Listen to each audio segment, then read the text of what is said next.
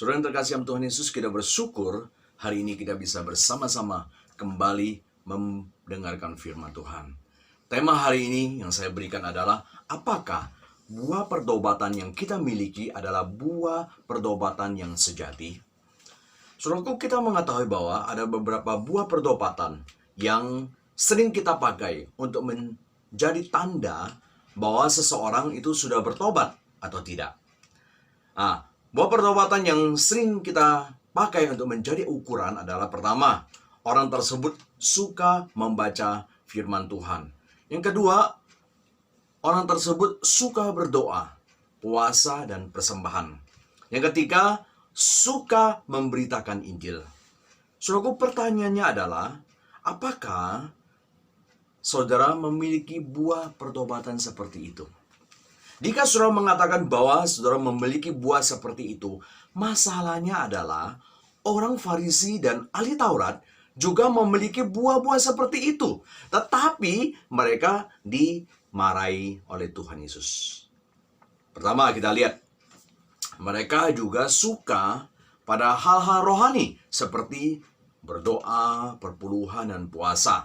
Misalnya di dalam Matius pasal 23 ayat 23 dikatakan, celakalah kamu, hai ahli-ahli Taurat dan orang Farisi. Hai kamu orang yang munafik, sebab perpuluhan dari selasi ada semuanya jintan kamu bayar. Ya saudaraku, mereka suka hal-hal yang seperti itu. Ya, mereka suka memberikan perpuluhan juga. Dan mereka juga suka puasa dan berdoa. Kalau kita perhatikan di dalam bagian yang lain ya. Kemudian yang kedua, mereka suka PI juga. Memberitakan Injil.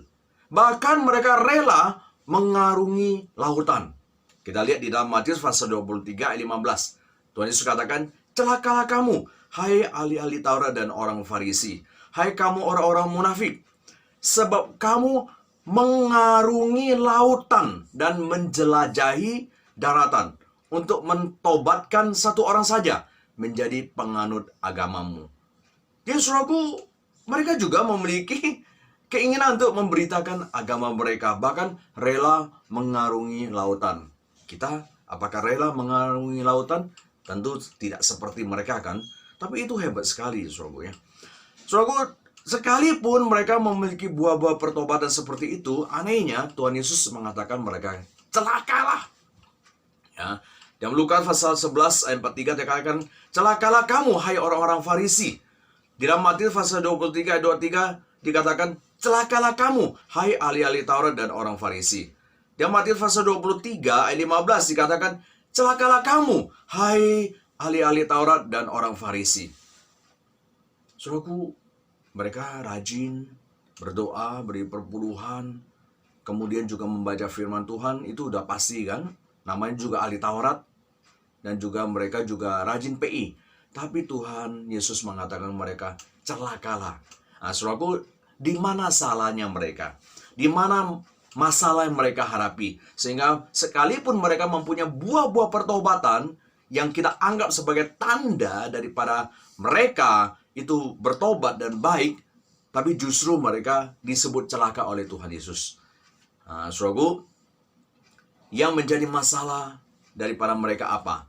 Yaitu pada motivasi mereka di dalam melakukan semua kegiatan agamanya itu.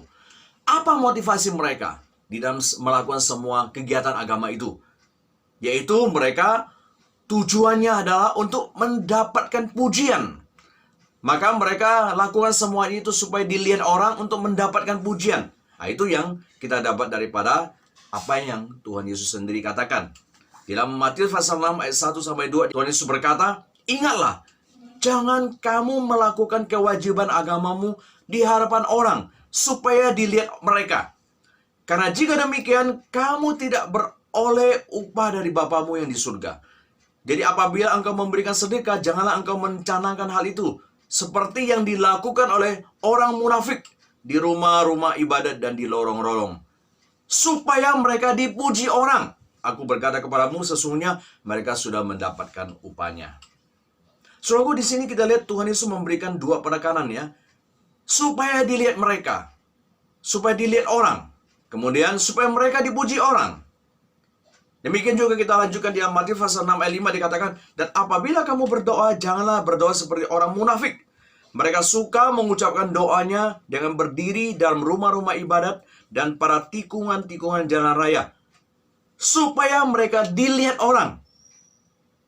Jadi saudaraku, Tuhan Yesus memberikan kepada kita mengapa mereka yang memiliki buah-buah roh belum tentu adalah buah sejati, yaitu pada motivasi mereka, yaitu melakukan semuanya supaya dilihat orang, sehingga mereka mendapatkan pujian.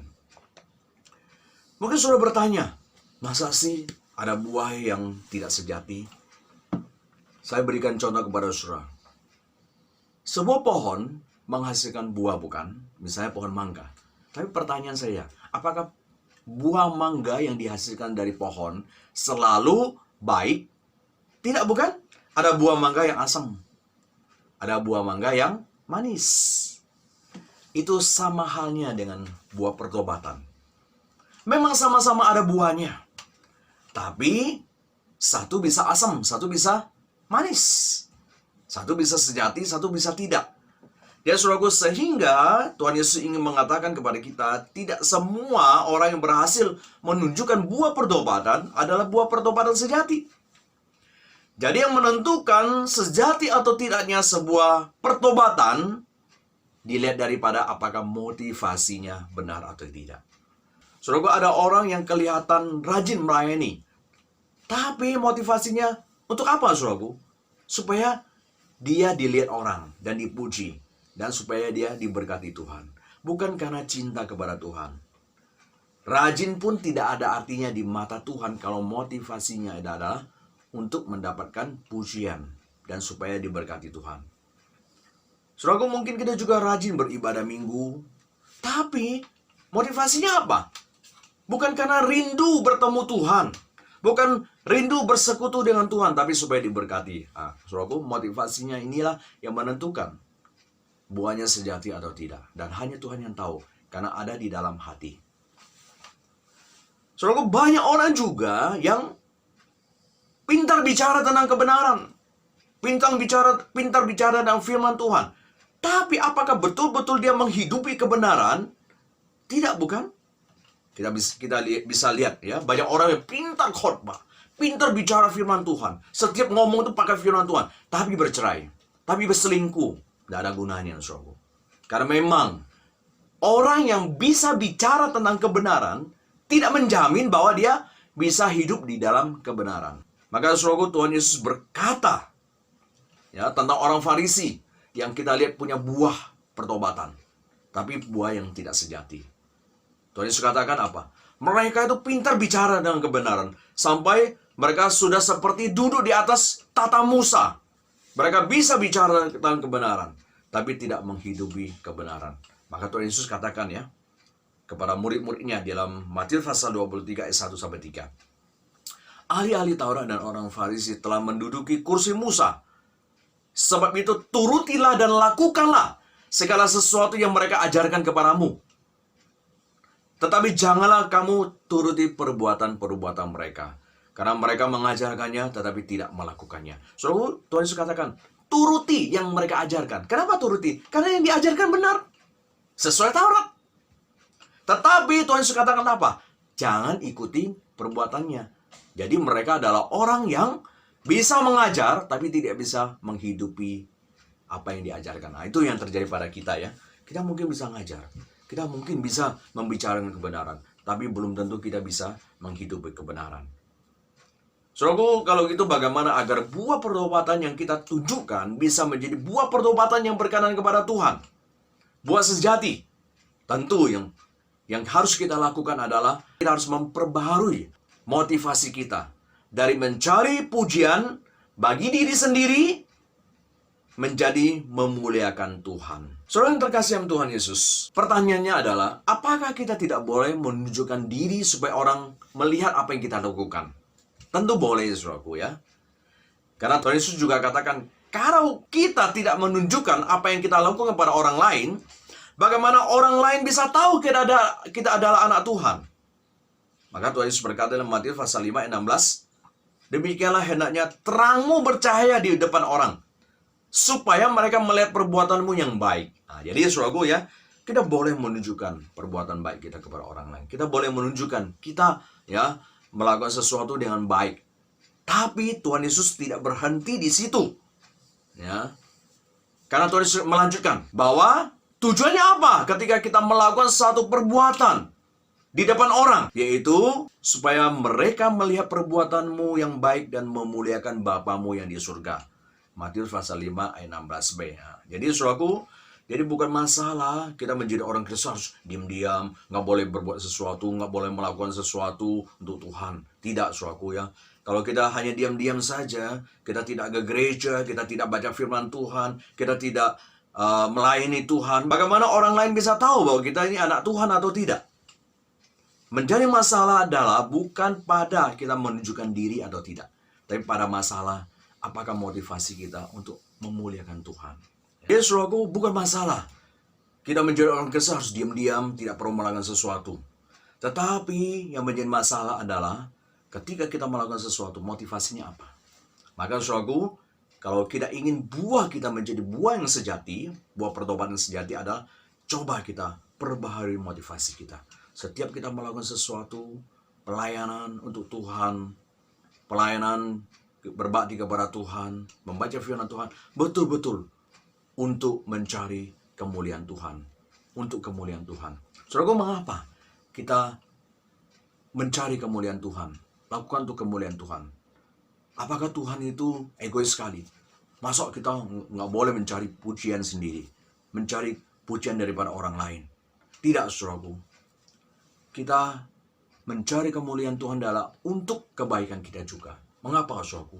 Karena kalau kita mencari pujian manusia, kita harus tahu pujian manusia itu pertama tidak kekal. Saudaraku, manusia hari ini dia memuji kita, besok bisa menusuk kita. Saudaraku, kita lihat mengapa seorang artis Korea dia bisa terkenal karena dia banyak fan, banyak penggemar yang memuji-muji dia. Tapi saudaraku, kita lihat mengapa akhirnya mereka bisa bunuh diri juga. Karena fan-nya juga yang menghujat dia, yang mencela dia, membuli dia. Akhirnya dia merasa tidak tahan dan juga akhirnya bunuh diri. Saudaraku, itu yang Tuhan Yesus alami. Saudaraku, siapa yang menyalibkan Tuhan Yesus? Siapa yang berteriak, salibkan dia, salibkan dia? Bukankah mereka yang berteriak, Hosana, Hosana? Inilah manusia, saudaraku. Pujian manusia tidak kekal. Hari ini dia bisa memuji kita. Besok dia bisa menusuk kita, bisa menjelekkan kita. Saudaraku, maka lebih baik kita mencari kemuliaan Tuhan. Yang kedua, saudaraku, pujian manusia itu tidak objektif. Manusia memuji orang yang dia suka. Kalau dia suka seseorang, sekalipun apa yang dilakukannya itu tidak baik, maka dia akan mengatakan baik. Kita lihat kan, di depan dia muji-muji. Padahal kita tahu apa yang dilakukannya adalah tidak terlalu bagaimana hebatnya. Tapi karena dia suka dan dia ada motivasi mendapatkan sesuatu daripada orang tersebut, maka dia puji-puji. Padahal yang dilakukan mungkin salah. Sebaliknya, kalau dia tidak suka orang itu, walaupun orang itu melakukan sesuatu yang baik, dia tetap tidak akan memuji dia. Dia tetap akan mengkritik dia. Karena dia tidak suka. Nah, itu yang dialami oleh Tuhan Yesus kan ya. Kita lihat, orang Farisi dan ahli Taurat sudah tidak suka sama Tuhan Yesus. Sehingga saudaraku, apapun yang dilakukan oleh Tuhan Yesus, dia menyembuhkan orang, membantu orang, bahkan membangkitkan Lazarus. Orang Farisi tetap tidak suka dan mau membunuh dia. Karena sudah tidak suka kan. Maka saudaraku, jangan mencari pujian manusia. Karena pujian manusia itu tidak objektif. Mereka hanya memuji yang disuka. Dan kalau tidak suka, mereka tetap mengatakan tidak baik. Maka saudaraku, yang terbaik dari segala sesuatu adalah biarlah yang kita lakukan. Buah pertobatan yang kita tunjukkan. Lakukanlah semuanya untuk kemuliaan Tuhan. Karena hanya Tuhan yang memang pantas dimuliakan. Amin.